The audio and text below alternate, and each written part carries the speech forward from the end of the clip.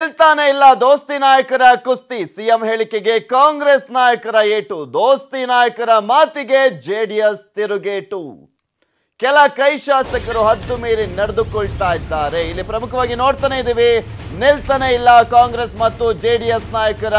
ಹೇಳಿಕೆಗಳು ಸಿಎಂ ಹೇಳಿಕೆಗೆ ಈಗ ಕಾಂಗ್ರೆಸ್ ನಾಯಕರು ತಿರುಗೇಟನ್ನ ನೀಡ್ತಾ ಇದ್ದಾರೆ ಇನ್ನು ದೋಸ್ತಿ ನಾಯಕರ ಮಾತಿಗೆ ಜೆಡಿಎಸ್ ನಾಯಕರು ಕೂಡ ತಿರುಗೇಟನ್ನ ನೀಡ್ತಾ ಇರುವಂತದ್ದು ಏಟು ಎದುರೇಟು ಅನ್ನುವ ರೀತಿಯಲ್ಲಿ ಹೇಳಿಕೆಗಳನ್ನ ಕೊಡ್ತಾ ಇದ್ದಾರೆ ಕಾಂಗ್ರೆಸ್ ಮತ್ತು ಜೆಡಿಎಸ್ ನ ನಾಯಕರು ಇಬ್ಬರು ನಾಯಕರಲ್ಲಿ ಅಂದ್ರೆ ಇಲ್ಲಿ ಎರಡೂ ಪಕ್ಷಗಳ ನಾಯಕರಲ್ಲಿ ಒಬ್ರು ಕೂಡ ಸುಮ್ಮನಾಗ್ತಾ ಇಲ್ಲ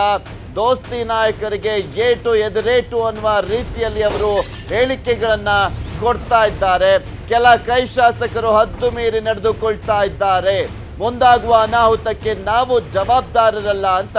ಕಾಂಗ್ರೆಸ್ ನಾಯಕರಿಗೆ ಜೆಡಿಎಸ್ ನ ನಾಯಕ ಹಾಗೆ ಸಚಿವ ಸಿಎಸ್ ಪುಟ್ಟರಾಜು ಅವರು ಎಚ್ಚರಿಕೆಯನ್ನ ನೀಡಿದ್ದಾರೆ ಸಚಿವ ಪುಟ್ಟರಾಜು ಅವರು ಮತ್ತೊಮ್ಮೆ ಎಚ್ಚರಿಕೆಯನ್ನ ನೀಡಿದ್ದಾರೆ ಕಾಂಗ್ರೆಸ್ಗೆ ಮೊನ್ನೆ ಕೂಡ ಮಾತನಾಡಿದ್ರು ಇವತ್ತು ಕೂಡ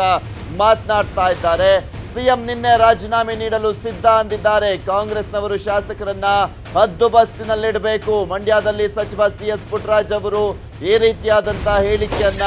ನೀಡಿದ್ದಾರೆ ಕಾಂಗ್ರೆಸ್ ನಾಯಕರ ವಿರುದ್ಧ ಕಿಡಿಕಾರಿದ್ದಾರೆ ಸಿಎಂ ನಿನ್ನೆ ರಾಜೀನಾಮೆ ನೀಡಲು ಸಿದ್ಧ ಅಂತ ಹೇಳಿರುವಂತದ್ದು ಅಂದ್ರೆ ಅಧಿಕಾರಕ್ಕೋಸ್ಕರ ಅವರು ಅಂಟ್ಕೊಂಡು ಕೂತ್ಕೊಂಡಿಲ್ಲ ಇಲ್ಲಿ ಸೊ ಹೀಗಾಗಿ ಕಾಂಗ್ರೆಸ್ ನಾಯಕರು ಸಿಎಂ ವಿರುದ್ಧ ಈ ರೀತಿಯಾದಂತಹ ಹೇಳಿಕೆಯನ್ನ ಕೊಟ್ರೆ ಸರಿ ಇರೋದಿಲ್ಲ ಅವರನ್ನ ಹದ್ದುಬಸ್ತಿನಲ್ಲಿ ಇಡಬೇಕು ಅಂತ ಮಂಡ್ಯದಲ್ಲಿ ಸಚಿವ ಸಿಎಸ್ ಪುಟ್ಟರಾಜು ಅವರು ಹೇಳಿಕೆಯನ್ನ ನೀಡಿದ್ದಾರೆ ಇನ್ನು ನಿನ್ನೆ ಅಷ್ಟೇ ಕುಮಾರಸ್ವಾಮಿ ಅವರು ಇದೇ ರೀತಿಯಾಗಿ ಹೇಳಿಕೆಯನ್ನ ಕೊಟ್ಟಂತಹ ಸಂದರ್ಭದಲ್ಲಿ ನಮಗೆ ನಮ್ಮ ಶಾಸಕರನ್ನ ಹದ್ದುಬಸ್ತಿನಲ್ಲಿ ಇಡೋದು ಗೊತ್ತಿದೆ ಅಂತ ಸಿದ್ದರಾಮಯ್ಯನವರು ಕೂಡ ಹೇಳಿದ್ರು ನಂತರ ಇವತ್ತು ಬಸವರಾಜ ರಾಯರೆಡ್ಡಿ ಅವರು ಕಾಂಗ್ರೆಸ್ನ ನಾಯಕ ಮಾಜಿ ಸಚಿವ ಬಸವರಾಜ ರಾಯರೆಡ್ಡಿ ಅವರು ಕೂಡ ಹೇಳಿದ್ರು ಅವ್ರು ಯಾರು ನಮಗೆ ಹೇಳೋದಕ್ಕೆ ನಮ್ಮ ಶಾಸಕರನ್ನ ಹದ್ದುಬಸ್ತಿನಲ್ಲಿ ಇಡಬೇಕು ಅಂತ ಈ ರೀತಿಯಾದಂತ ಹೇಳಿಕೆಯನ್ನ ಕೊಡಬಾರ್ದು ಕುಮಾರಸ್ವಾಮಿ ಅವರು ಅಂತ ಹೇಳ್ತಾ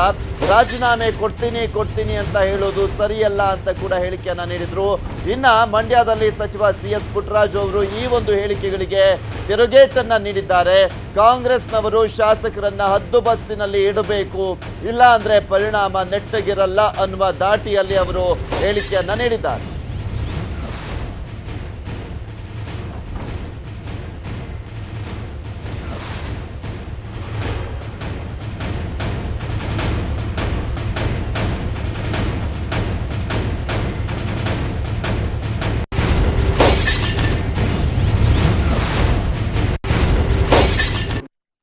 ಮುಖ್ಯಮಂತ್ರಿಗಳಂತ ಕುಮಾರಸ್ವಾಮಿ ಅವರು ಅರ್ಥ ಮಾಡ್ಕೋಬೇಕು ಅವ್ರು 38 ಜನ ಇದ್ರು ಕೂಡ 80 ಜನ ಶಾಸಕರನ್ನು ನಮಗೆ ಕೊಟ್ಟಿದಾರಲ್ಲಪ್ಪ ಎಷ್ಟು ಔದಾರ್ಯ ಕಾಂಗ್ರೆಸ್ಗಿದೆ ಅನ್ನೋದನ್ನ ಕುಮಾರಸ್ವಾಮಿ ಅವರು ತಿಳ್ಕೋಬೇಕು ಇವತ್ತು ಸಣ್ಣ ವಿಚಾರಕ್ಕೆ ನಾ ರಾಜೀನಾಮೆ ಕೊಡ್ತೀನಿ ಸಣ್ಣ ವಿಷಯಕ್ಕೆ ನಾ ರಾಜೀನಾಮೆ ಕೊಡ್ತೀನಿ ಅಂತ ಮುಖ್ಯಮಂತ್ರಿಗಳು ಹೇಳ್ತಾರಲ್ಲ ಇದು ಸರಿಯಲ್ಲ ಯಾಕಂದ್ರೆ ಕುಮಾರಸ್ವಾಮಿ ನಾವು ಸಿದ್ದರಾಮಯ್ಯ ಎಲ್ಲ ಒಂದೇ ಪಾರ್ಟಿಯಿಂದ ಬಂದವರು ಜನತಾ ಪರಿವಾರದಿಂದ ನಮ್ಗೆ ಗೊತ್ತು ಇಂಥ ಭಾವೋದ್ವೇಗಕ್ಕೆ ಒಳಗಾದ ನಿನ್ನೆ ಏನ್ ಮಾತಾಡಿದ್ದಾರೆ ಕಾಂಗ್ರೆಸ್ ಶಾಸಕರು ನೀನು ಕಾಂಗ್ರೆಸ್ ಶಾಸಕರನ್ನ ಕಂಟ್ರೋಲ್ ಮಾಡ್ರಿ ಅಂತ ಹೇಳ್ತಾರೆ ತಪ್ಪಿದೆ ಮುಖ್ಯಮಂತ್ರಿಗಳು ಹೇಳ್ಬಾರ್ದು ಅಭಿನಂದನಾ ಸಭೆ ಇದೆ ಅಲ್ಲಿ ಸಿದ್ದರಾಮಯ್ಯನವರು ಭಾಗವಹಿಸಿದ್ದಾರೆ ಸಿದ್ದರಾಮಯ್ಯನವರು ನಮ್ಮ ನಾಯಕರು ಅವರಿದ್ದಾಗ ಬಹಳ ಕೆಲಸ ಆಗ್ತಾ ಇತ್ತು ಅವ್ರು ಎಲ್ಲರಿಗೂ ಬೆಳೆಸಿದ್ರು ಅವ್ರ ಬಗ್ಗೆ ಗುಣಗಾನ ಮಾಡಿದ್ದಾರೆ ತಪ್ಪೇನಿದೆ ಎಸ್ ಇದೆ ಕೆಲವು ಶಾಸಕರು ಹದ್ದು ಮೀರಿ ಕಾಂಗ್ರೆಸ್ ಶಾಸಕರು ನಡ್ಕೊಳ್ತಾ ಇರ್ತಕ್ಕಂಥ ಹಿನ್ನೆಲೆಯಲ್ಲಿ ಮುಖ್ಯಮಂತ್ರಿಗಳು ಭಾಳ ಬೇಜಾರಿಂದ ನೆನೆ ಏನು ಮಾತಾಡಿದ್ದಾರೆ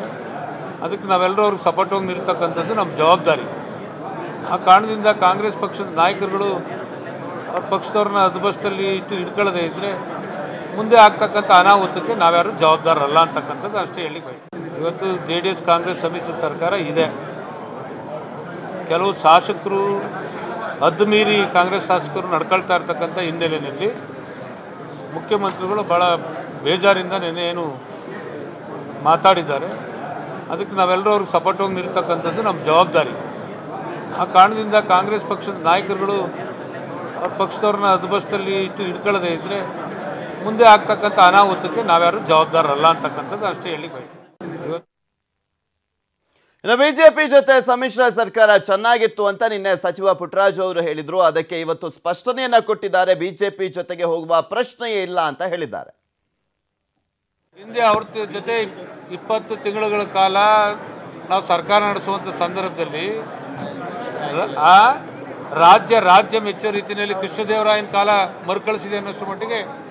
ನಾವು ಜವಾಬ್ದಾರಿ ನಿರ್ವಹಿಸಿದ್ವಿ. ಒಂದಿನ ಎಲ್ಲೂ ಹಸ್ತಕ್ಷೇಪ ಆಗಲಿಲ್ಲ. ಬೆಳಗ್ಗೆ ಇವ್ರು ಬೀದಿಲಿ ಮಾತಾಡ್ಕೊಂಡು ನಿಂತ್ಕೊಂಡ್ರೆ ಏನು ಹೇಳಬೇಕು?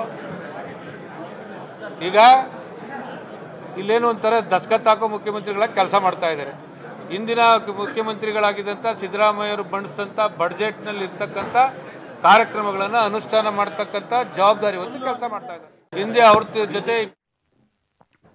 ನೋಡ್ತಾ ಇದೀವಿ. ಇಲ್ಲಿ ಪ್ರಮುಖವಾಗಿ ಒಂದ್ ಕಡೆ ಕುಮಾರಸ್ವಾಮಿ ಅವರು ನಿನ್ನೆ ರಾಜೀನಾಮೆ ಕೊಡೋದಕ್ಕೆ ಸಿದ್ಧ,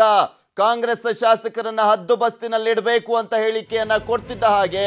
ಸಾಕಷ್ಟು ಜನ ಕಾಂಗ್ರೆಸ್ನ ಹಿರಿಯ ನಾಯಕರು ಇದಕ್ಕೆ ಆಕ್ಷೇಪವನ್ನ ವ್ಯಕ್ತಪಡಿಸಿ ತಿರುಗೇಟನ್ನ ನೀಡಿದ್ರು. ಇನ್ನು ಇವತ್ತು ಕೂಡ ಆ ಒಂದು ಹೇಳಿಕೆಗಳು ಮುಂದುವರೆದಿದೆ. ಅದರಲ್ಲೂ ಮಾಜಿ ಉನ್ನತ ಶಿಕ್ಷಣ ಸಚಿವರಾಗಿರುವಂತಹ ಬಸವರಾಜ ರಾಯರೆಡ್ಡಿ ಅವರು ತಿರುಗೇಟನ್ನ ನೀಡಿದ್ದಾರೆ. ಕುಮಾರಸ್ವಾಮಿ ಅವರು ಈ ರೀತಿಯಾಗಿ ಹೇಳಿಕೆಯನ್ನ ನೀಡಬಾರ್ದು, ಪದೇ ಪದೇ ಈ ರೀತಿಯಾಗಿ ರಾಜೀನಾಮೆ ಕೊಡ್ತೀನಿ ಅಂತ ಹೇಳೋದು ಎಷ್ಟರ ಮಟ್ಟಿಗೆ ಸರಿ, ಒಂದ್ ರೀತಿಯಾಗಿ ಮುಜುಗರ ಉಂಟಾಗುತ್ತೆ ಸರ್ಕಾರಕ್ಕೆ ಅಂತ ಕೂಡ ಹೇಳಿಕೆಯನ್ನ ನೀಡಿದ್ದಾರೆ. ಇನ್ನ ಪ್ರಮುಖವಾಗಿ ಇದರ ಜೊತೆಗೆ 37 ಸೀಟನ್ನ ಕೊಟ್ಟು ನಾವು ಔದಾರ್ಯವನ್ನ ಮೆರೆದಿದ್ದೀವಿ, 80 ಸೀಟ್ ಗೆದ್ದಿರುವಂತಹ ಕಾಂಗ್ರೆಸ್ ಇವರಿಗೆ ಮುಖ್ಯಮಂತ್ರಿ ಸ್ಥಾನ ಕೊಟ್ಟಿದೆ ಅಂದ್ರೆ ಅದು ದೊಡ್ಡತನ ಕಾಂಗ್ರೆಸ್ನದ್ದು ಅಂತ ಕೂಡ ಬಸವರಾಜ ರಾಯರೆಡ್ಡಿ ಅವರು ಹೇಳಿರುವಂತದ್ದು. ಇದರ ಜೊತೆಗೆ ಕುಮಾರಸ್ವಾಮಿ ಅವರಿಗೆ ಇನ್ನೂ ಕೂಡ ಮೆಚುರಿಟಿ ಬರಬೇಕು ಅನ್ನೋದನ್ನ ಕೂಡ ಇಲ್ಲಿ ಅವರ ಮಾತುಗಳಲ್ಲಿ ಆಡಿದ್ದಾರೆ. ಒಟ್ಟಿನಲ್ಲಿ ಕುಮಾರಸ್ವಾಮಿ ಅವರ ವಿರುದ್ಧ ಮಾತನಾಡುವಂತಹ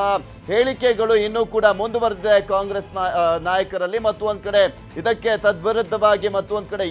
ತಿರುಗೇಟು ಅನ್ನುವ ರೀತಿಯಲ್ಲಿ CS ಪುಟ್ಟರಾಜು ಅವರು ಮತ್ತೊಮ್ಮೆ ವಾಗ್ದಾಳಿಯನ್ನ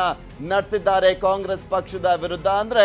ಇಲ್ಲಿ ಶಾಸಕರು ಎಲ್ಲೇ ಮೀರಿ ಮಾತನಾಡ್ತಾ ಇದ್ದಾರೆ, ಲಕ್ಷ್ಮಣ ರೇಖೆಯನ್ನ ಮೀರಿ ಮಾತನಾಡ್ತಾ ಇದ್ದಾರೆ, ಅವರನ್ನ ಹದ್ದುಬಸ್ತಿನಲ್ಲಿ ಇಡಬೇಕು ಅಂತ ಪುಟ್ಟರಾಜು ಅವರು ಕೂಡ ಹೇಳ್ತಾ ಇದ್ದಾರೆ. ನಿನ್ನೆ ಒಂದು ಹೇಳಿಕೆಯನ್ನ ಕೊಟ್ಟಿದ್ರು. ಈ ಹಿಂದೆ ಬಿಜೆಪಿ ಜೊತೆ ಸಮ್ಮಿಶ್ರ ಸರ್ಕಾರವನ್ನ ಮಾಡಿದಂತಹ ಸಂದರ್ಭದಲ್ಲಿ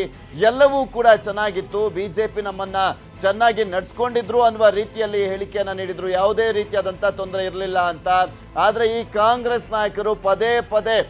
CM ರನ್ನ ಕೆಣಕ್ತಾ ಇದ್ದಾರೆ, ಇಲ್ಲಿ ಸಹಕಾರವನ್ನ ಕೊಡ್ತಾ ಇಲ್ಲ, ಮನಸ್ಸಿಗೆ ನೋವುಂಟು ಮಾಡ್ತಾ ಇದ್ದಾರೆ ಎನ್ನುವ ರೀತಿಯಲ್ಲಿ ಹೇಳಿಕೆಯನ್ನ ಕೊಟ್ಟಿದ್ದಾರೆ. ಸೊ ಹೀಗಾಗಿ ಕಾಂಗ್ರೆಸ್ ಶಾಸಕರನ್ನ ಹದ್ದುಬಸ್ತಿನಲ್ಲಿ ಇಡಬೇಕು ಕಾಂಗ್ರೆಸ್ ನಾಯಕರಿಗೆ ಇವರು ಕಿವಿಮಾತನ್ನ ಹೇಳಿದ್ದಾರೆ CS ಪುಟ್ಟರಾಜು ಅವರು, ಸಣ್ಣ ನೀರಾವರಿ ಖಾತೆಯ ಸಚಿವರು.